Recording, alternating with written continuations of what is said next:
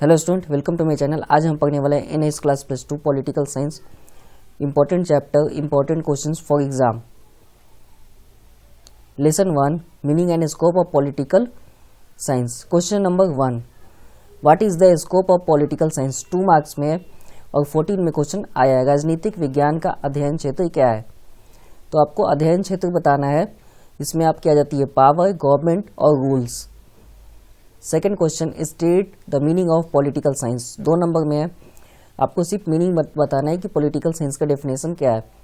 ये simple definition है 2 marks में और क्वेश्चन 3 बार रिपीटेड है, उसके अलावा भी रिपीटेड है। तो बहुत इंपॉर्टेंट क्वेश्चन है ये, आपने स्पेशली करके जाना है। और ये भी, व्हाट डज पॉलिटिक्स इम्प्लाई बोलते हैं कि व्यवहारिक राजनीति से क्या अभिप्राय है। जो हम सुनते हैं राजनीति व्यवहारिक और जो एक्चुअल में वो डिफरेंस है। नॉर्मली जो राजनीति होती है वो स्पेशली जो नीति बनाने पे होती है, ट्रेडिंग पे होती है, बिजनेस पॉलिसीज, इन सब पे ही बात होती है स्पेशली।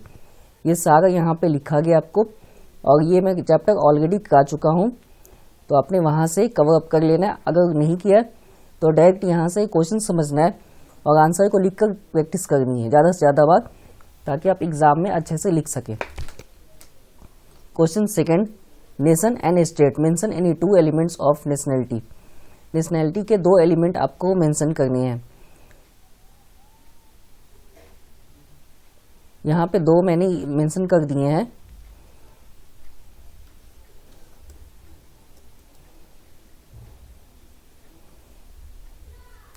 जो नेशनैलिटी के 2 आपके पूछा गया है, mention any 2 elements of nationality. जो पहला है यूनिफॉर्म ज्योग्राफिकल रीजन और सेकंड है आपके यूनिफॉर्म लैंग्वेज। उसके अलावा भी है, बट हमसे 2 ही पूछे गए थे तो हमने 2 ही लिखना है। Question number 2, explain sovereignty as an element of state. बिल्कुल स्टेट का एलिमेंट है, यहाँ पूरा हमने डिफिनेशन में शो किया है विथ एग्जाम्पल। एग्जाम्पल से स्टार्ट किया। ये एग्जाम्पल है कि जो 1947 से पहले हमारे पास अपनी सॉवरेनिटी नहीं थी। सॉवरेनिटी कहते हैं ऐसी सत्ता जो खुद की हो, किसी और के द्वारा सरकार ना चलाई जा रही हो। अगर कोई और देश आप पर आके हुकूमत करता है तो उसे बोलते हैं कॉलोनियलिज्म। तो ये ध्यान रखना है टर्म्स का। जो अभी इंडियन गवर्नमेंट है वो उस इंडियन गवर्नमेंट के पास अपनी सॉवरेनिटी है, खुद की सत्ता है, किसी और ने हमें दी नहीं है। हम खुद ही मालिक है अपने सत्ता के, तो उसे ही हम बोलते हैं sovereignty power. Question third, describe the term state. State का टर्म आपको डिस्क्राइब करना है। 16 एंड 17 2 बार ये क्वेश्चन रिपीट हो चुका है 2 मार्क्स में। Question 4, state any 5 difference between state and Nations. यहाँ पे पॉइंट वाइज है, इजी डेफिनेशन में आपको डिफरेंस किया हुआ है। 17 में क्वेश्चन आया हुआ है।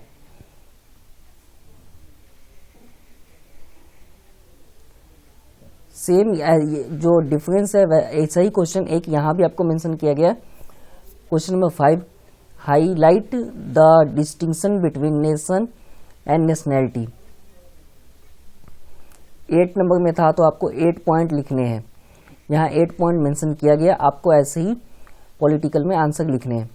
Lesson third, distinction between society, nation, state and government. इसमें सारा क्वेश्चन जितने आएंगे वो डिफरेंस डिस्टेंस इन्हीं पे आएगी। अंतर स्पष्ट पे ज़्यादातर क्वेश्चन आएंगे कि आपको अंतर स्पष्ट कीजिए।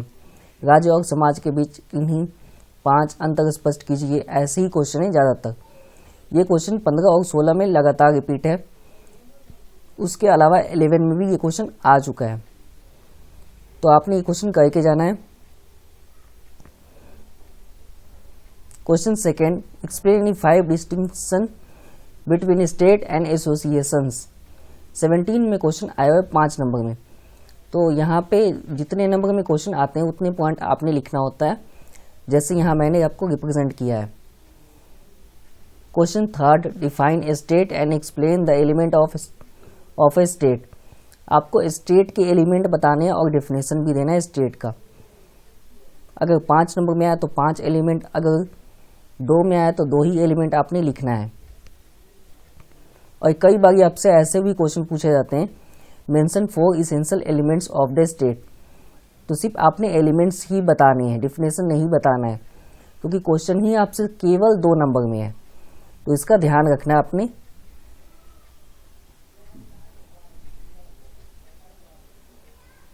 Question 4, explain any 5 differences between state and government. 16 में क्वेश्चन आ चुका है 5 नंबर में, जहाँ पे स्टेट एंड गवर्नमेंट के बीच में डिफरेंसेस। ये चैप्टर 2 में मैं अच्छे से समझा चुका हूँ। यहाँ पे मैंने आपको सिर्फ जो इम्पोर्टेंट क्वेश्चंस है वो मार्क करना है, और आपको यहाँ पे बस क्लैरिटी करना है कि आपके क्वेश्चंस इतने मुश्किल नहीं होते पॉलिटिकल में जितने लगते हैं, एक्चुअल में इजी होते हैं पॉलिटिकल साइंस। तो लेसन 4, मेजर पॉलिटिकल थ्योरीज। ये क्वेश्चन आप खुद ही देख सकते हैं कितनी बार रिपीटेड है। यहाँ सिर्फ टर्म्स बदलते हैं, आंसर सेम है इन तीनों क्वेश्चंस के। यहाँ पे लिखा हुआ है पॉइंट्स में आंसर, आपसे एक ही क्वेश्चन में समझा देगा आपको। Examine any 5 feature of liberalism. उदारवाद के किन्हीं 5 विशेषताओं का परीक्षण कीजिए। ऐसी क्वेश्चन है, यहाँ भी सेम, थोड़ा टर्म होगा डिफरेंस, लेकिन आपने अगर उदारवाद दिखता है तो आपने सेम आंसर लिखना है।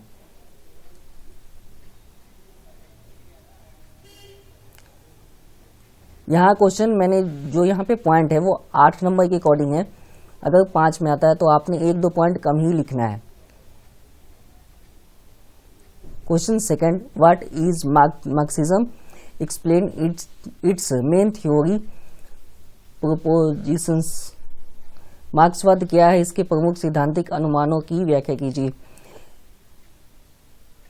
पोस्टुलेट पूछे गए थे, पॉइंट स्पेशली कि मार्क्सवाद जो थे, मार्क्सिज्म, उसके पॉइंट्स क्या क्या, तो ये सारे पॉइंट्स में यहाँ मेंशन किया 1, 2 एंड 3, तीन पॉइंट स्पेशली है मार्क्स के। इन्हीं पॉइंट के अकॉर्डिंग मार्क्स की बताई गई है। मार्क्स का सिंपल थ्योरी है, इतना आपको डिफिकल्टीज समझने की जरूरत नहीं, 2 लाइन में है। पहला ये कि मार्क्स का ये कहना था कि जो इक्वालिटीज होनी चाहिए इकोनॉमिक लेवल पे, कि अगर कोई मजदूर जितना काम करता है उसको उतना पैसा मिलना चाहिए, ना कि उसका पॉइंटों में परसेंटेज मिलना चाहिए। अभी जो मिलता है वो पॉइंटों में परसेंटेज ही होता है। तो यही था स्पेशली कि हर चीज़ के लिए उसे इक्वल उनकी इकोनॉमी होनी चाहिए, चाहे अपर क्लास हो चाहे लोअर, सबकी इक्वल होनी चाहिए। ये मार्क्स की स्पेशली थ्योरी कहती है, और ये क्यों होनी चाहिए वो स्पेशली मेंशन किया गया। यहाँ सारी सिचुएशन मैंने यहाँ पे लिखा है, इन सिचुएशन के कारण ही मार्क्स का ये कहना है कि जो इकोनॉमी है वो सबकी इक्वल होनी चाहिए, चाहे वो किसी भी वर्ग का, किसी भी क्लास का पर्सन हो। Question 3, Gandhi ji was a critic of western civilization, support the statement with argument. Gandhi ji western जो आपके सिविलाइजेशन थे उसके आलोचक तो थे, उसका एक ही रीजन था कि गांधी जी का कहना था जब हम सब कुछ खुद बना सकते हैं तो हम किसी को कॉपी क्यों करें या कहीं से हम चीज़ें क्यों इंपोर्ट करवाएं। इसी थॉट के कारण वो आलोचक थे किसके, वेस्टर्न के। अगर ये थॉट ही ना होता गांधी जी को, क्योंकि उन्होंने देखा था कि इंडियन बहुत ज़्यादा इंटेलिजेंट है, उनके अंदर पोटेंशियल है और उसके अलावा इन्वेंशन ब्रेन है, तो फिर हम बाकी को हम कॉपी क्यों करते हैं, हमें खुद ही क्रिएट करना चाहिए। और कुटीर उद्योग आपने सुना होगा वर्ड, ये इसी टर्म्स का ही एग्जाम्पल है। Question 4, analyse the weakness of liberalism. कोई भी थ्योरी हो गया आपकी या कोई भी थॉट हो गया, उसकी कुछ प्लस होती है कुछ माइनस होती है। यहाँ भी आपसे लिबरलिज्म की वीकनेस बोले गए हैं, तो पूरा वीकनेस यहाँ मैं समझा चुका हूँ ऑलरेडी 5 नंबर में, और ये क्वेश्चन 16 में आ चुका है। लिबरलिज्म का मतलब होता है पूरी तरह से मुक्त, छूट देना, 100% फ्रीडम देना। अगर आप मार्केट को फ्रीडम देंगे तो मार्केट अपने हिसाब से चीज़ों को बेचेगा, मैनिपुलेट करेगा। कई बार तो ऐसे होगा कि मार्केट ही कंट्री पे कब्जा कर सकता है अगर मार्केट में बिजनेसमैन ही पावरफुल हो गए तो यही एक माइनस पॉइंट है। उसके अलावा और भी पॉइंट यहाँ मैंने मेंशन किया, आपने अच्छे से पढ़ना है। Lesson 5, preamble the salient features of the constitution of India. आपके क्वेश्चंस इजी हैं, 2 नंबर में आए हुआ, लेकिन अलग अलग टाइमिंग है। भारत के संविधान में प्रस्तावना का क्या महत्व है? तो महत्व ही बताने आपने, ये पूरा महत्व ही बताएगा क्या महत्व है। जो वर्ड होते हैं प्रस्तावना में उसी की डिटेलिंग की जाती है महत्व बताने के लिए, इंपॉर्टेंस बताने के लिए।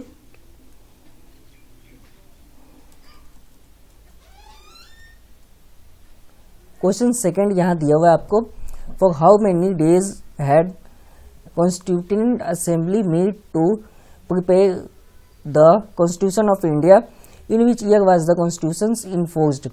भारतीय संविधान के लिए निर्माण के लिए संविधान सभा की बैठक कितने दिनों हुई थी, संविधान किस वर्ष में लागू किया गया था।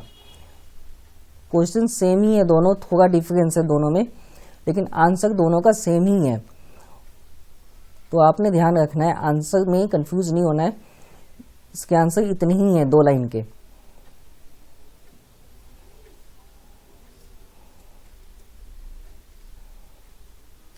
सिर्फ इतने ही आंसर है इसके कि जो कॉन्स्टिट्यूशन असेंबली थे उसके हेड थे डॉक्टर BR अम्बेडकर।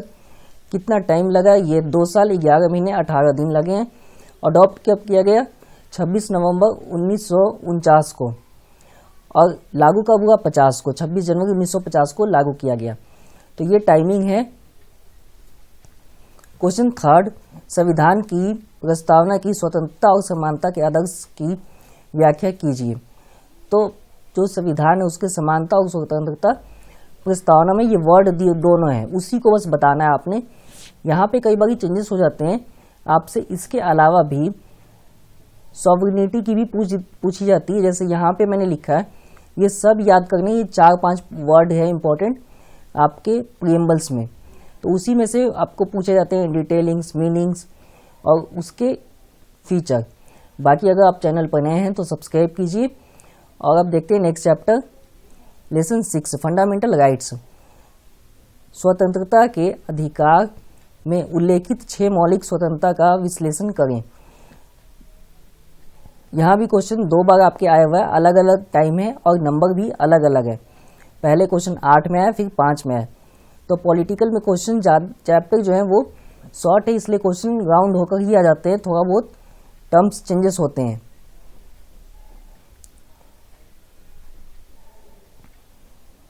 तो ये यहाँ पे मैंने आपको पूछा गया कि जो स्वतंत्रता के अधिकार में उल्लेखित 6 मौलिक स्वतंत्रता का विश्लेषण कीजिए। मौलिक अधिकार से क्या अभिप्राय है, स्वतंत्रता के अधिकार के अंतर्गत दिए गए 6 स्वतंत्रता का उल्लेख कीजिए। तो पहले डिफिनेशन ही देनी पड़ेगी, तो यहाँ डिफिनेशन दिया हुआ है आपको, उसके बाद पॉइंट में लिखा गया है, तो आपने ऐसे एग्जाम में लिखना है। Question second, describe the fundamental right to freedom of religion. धार्मिक स्वतंत्रता के मौलिक अधिकार का वर्णन कीजिए। तो आपको पता होगा कि इंडिया डाइवर्सिटी है, इसलिए यहाँ पे एक नहीं कई सारे रिलीजन है और सबको फ्रीडम है कि अपने अपने जो रिलीजियस एक्टिविटीज़ है उसको करने की पूरी छूट है, कोई भी रोक टोक नहीं है। उल्टे गवर्नमेंट जो होगा, आपको गवर्नमेंट पूरी सपोर्ट करती है। अगर आप देखेंगे कि दुर्गा पूजा हुआ तो वहाँ भी पुलिस तैनात होती है, ईद की नमाज होगी तो मस्जिद के बाहर पुलिस, कई बार तो अगर आपके दिल्ली की होगी मस्जिद, जम्मा मस्जिद, तो वहाँ आर्मी भी खड़ी होती है। तो ये सिक्योरिटी गवर्नमेंट देती है। क्यों? क्योंकि हमारा जो कॉन्स्टिट्यूशन है वो freedom of religious, right to freedom of religion, इसका एक हमें राइट मिला हुआ है, इसी कारण हमें गवर्नमेंट सपोर्ट करती है।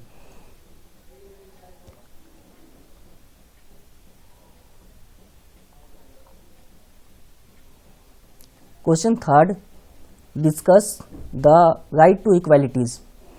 ये क्वेश्चन सिंपल है, समानता के अधिकार का विवेचन कीजिए। थोड़ा बहुत ऐसे ही घुमा घुमा के आपको क्वेश्चन आएगा, तो आपने कंफ्यूज नहीं होना है, सिर्फ यहाँ पे ये वर्ड आपने देखना है ध्यान से, राइट टू इक्वालिटीज। यहाँ भी सेम है और यहाँ भी सेम है, तीनों में ही।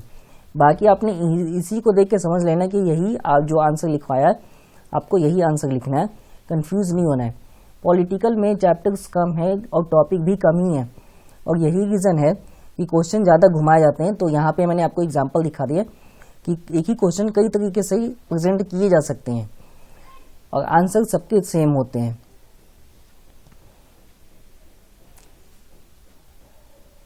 क्वेश्चन 4, संवैधानिक उपचारों का अधिकार मौलिक अधिकारों की आत्मा है, कथन को न्यायोचित ठहराइए। ये पूरी जो आपके राइट टू कॉन्स्टिट्यूशनल रेमिडीज, यानी कि जो भी कॉन्स्टिट्यूशन में चीज़ें गड़बड़ होती है, उसमें सुधार करने की जरूरत है, संशोधन या एडिंग करने की जरूरत होती है, वो इसी राइट के कारण होगा। अगर ये राइट नहीं होगा तो हम किसी भी जो इंडियन कॉन्स्टिट्यूशन उसमें कुछ भी चेंजेस नहीं कर सकते हैं, ना एड ऑन कर सकते हैं, ना उसमें से कम कर सकते हैं, कुछ भी नहीं कर सकते।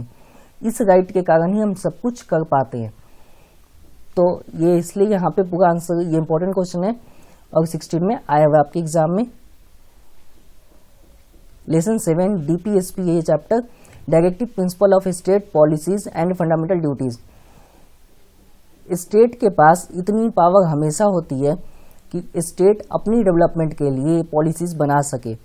आपने सुना होगा कि कुछ जगह पे शराब बैन है और कुछ जगह पे बैन नहीं है, ये स्टेट पॉलिसी का ही पार्ट है। उसके अलावा हर स्टेट का अपना बोर्ड होता है, एजुकेशन बोर्ड, तो उनके सिलेबस में भी थोड़े बहुत चेंजेस होंगे। कहीं पे हिंदी संस्कृत कंपलसरी है, वहाँ अगर आप उस स्टेट से पढ़ रहे हैं तो हिंदी संस्कृति आपको लेना कंपलसरी है। कहीं पे उर्दू है तो कहीं पे आपके पंजाबी है, कहीं पे कुछ, तो कई जगह लैंग्वेज कंपलसरी इसी कारण है क्योंकि वो उनकी अपनी एक पॉलिसीज बनाई गई है, एजुकेशनल डेवलपमेंट की पॉलिसीज। उसके अलावा जो रोजगार है इसके लिए भी अलग अलग गवर्नमेंट, अलग अलग स्टेट पॉलिसीज अपनी बनाती है। दूसरा इसमें टर्म यूज हुआ है फंडामेंटल ड्यूटीज। जो इंडियन सिटीजन है उन्हें राइट्स तो पता थे लेकिन ड्यूटीज नहीं पता थी, तो ड्यूटीज स्पेशली मेंशन की गई कि हमारी ड्यूटीज क्या क्या है, तो उस पर भी आपके क्वेश्चन आते ही हैं। जो क्वेश्चन, पहला क्वेश्चन है, आर्थिक और सामाजिक सिद्धांतों के अंतर्गत वर्गीकृत किन्हीं 5 नीति निर्देशक सिद्धांत का वर्णन कीजिए। तो यहां पे दिए हुए हैं आपके,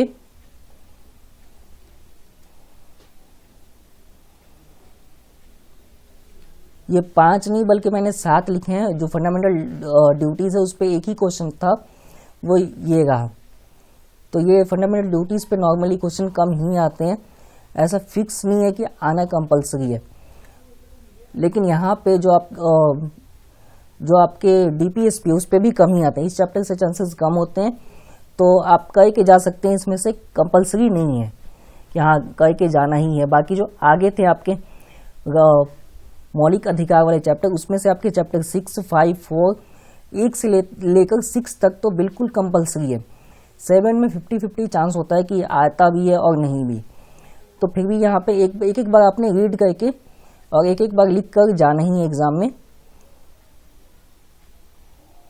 lesson 8 Indian federal system, explain the main feature of Indian federal system 5 marks में है और 14 में क्वेश्चन आ चुका है।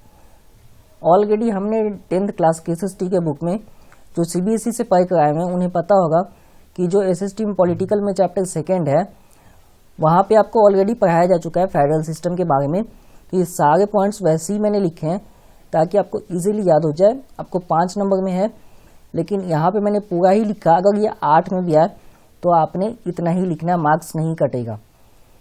फेडरल सिस्टम का मतलब समझ लेते हैं एक बार फिर से। यहाँ पे भी फेडरल का मतलब होता है कि जो आपकी सेंट्रल गवर्नमेंट है और स्टेट गवर्नमेंट है मिलकर चलना ही फेडरल सिस्टम है। संघ व्यवस्था इसे ही कहा जाता है, भारतीय संघ व्यवस्था। इसी का टर्म है कि दोनों को मिलकर चलना है, चाहे जो नीति बने तो उस पे दोनों को सहयोग करना है, पॉलिसीज बने, डेवलपमेंट, इन सब पे एक होकर काम करना है। उसके अलावा यहाँ पे पूरी डिटेलिंग लिखी गई है, तो आपने अच्छे से पढ़कर एग्जाम में जाना है। Question 2, examine the nature of the Indian federal system. इसको एग्जामिन करना है, बताना है कि ये सही है तो कितना, अगर इसमें कमी था फेडरल सिस्टम में तो कमी कितनी थी। तो इस हिसाब से मैंने आंसर को लिखा है। बाकी आपने अच्छे से ये कह के जाना है और जहाँ जहाँ मैंने अंडरलाइन किया है आपने भी अंडरलाइन करना है। कोशिश यही करनी है कि आपकी कम से कम कटिंग हो एग्जाम में, ताकि आपको पूरे मार्क्स मिले। कटिंग से जो इम्प्रेशन होता है वो खराब होता है, तो आपने इस बात का भी ध्यान रखना है एग्जाम में कि कटिंग कम से कम हो। Question 3, what do directive principle of state policy mean? The constitutions of which country inspired to include DPSP into our constitution and why? पहला कि जो ये इसका डेफिनेशन हमसे पूछा गया DPSP का डेफिनेशन, और सेकंड था कि हमने इसको कहाँ से इस अडॉप्ट किया है DPSP को। तो DPSP को हमने अडॉप्ट किया आयरलैंड से स्पेशली। तो और बाकी डेफिनेशन ऊपर है, तो आपने अच्छे से रीड करके जाना है। चैप्टर में मैं करा चुका हूँ ऑलरेडी, इसलिए यहाँ पे मैं आपको आंसर नहीं समझा रहा हूँ, सिर्फ क्वेश्चन मार्क कर रहा हूँ। लेसन 9 है इमरजेंसी प्रोविज़न। इमरजेंसी प्रोविज़न के 3 ही हैं आर्टिकल, उसी के अकॉर्डिंग इमरजेंसी लगती है। 3 इमरजेंसी होती है, एक फाइनेंशियल, एक स्टेट और एक सेंट्रल लेवल पे लगता है आपके इमरजेंसी। तो इन्हीं तीनों में से 2 ही पे क्वेश्चन आते हैं। फाइनेंशियल इमरजेंसी पे क्वेश्चन रेयर चांस होता है कि कभी कदार आ जाए ऐसा, बाकी या तो स्टेट वाले होंगे या फिर आपके सेंट्रल पे जो लगते हैं वो, कि पूरी कंट्री में इमरजेंसी लगा हुआ है। तो इमरजेंसी पे पूरे क्वेश्चन मैं ऑलरेडी अच्छे से करा चुका हूँ, पूरी सबसे लॉन्ग वीडियो पॉलिटिकल में, तो आपने अच्छे से करके जाना है वहीं से और समझना है वहीं से। तो ध्यान रखना है कि इस चैप्टर से अभी तक जितने मैंने मार्क किए इनमें से कोई भी क्वेश्चन आपसे स्किप ना हो, और कम से कम एक बार सबको लिख कर देखने की कोशिश करनी है। आई होप इन सभी चैप्टर से आपको थोड़ा हेल्प हुआ होगा। उम्मीद है इस वीडियो से हेल्प हुआ होगा। जो विद्यार्थी नए हैं सब्सक्राइब कीजिए, कोई भी क्वेश्चन है तो कमेंट में पूछिए। जो स्टूडेंट अप्रिशिएट करते हैं उन सबको धन्यवाद, जो क्वेश्चंस पूछते हैं, डाउट क्लियर करते हैं, उन्हें भी धन्यवाद। ताकि एक टीचर को पता लगता है कि आपको कहाँ कहाँ डाउट है या आपको किस सब्जेक्ट के वीडियोज़ स्पेशली चाहिए। तो देखने के लिए धन्यवाद। नेक्स्ट वीडियो मिलेंगे।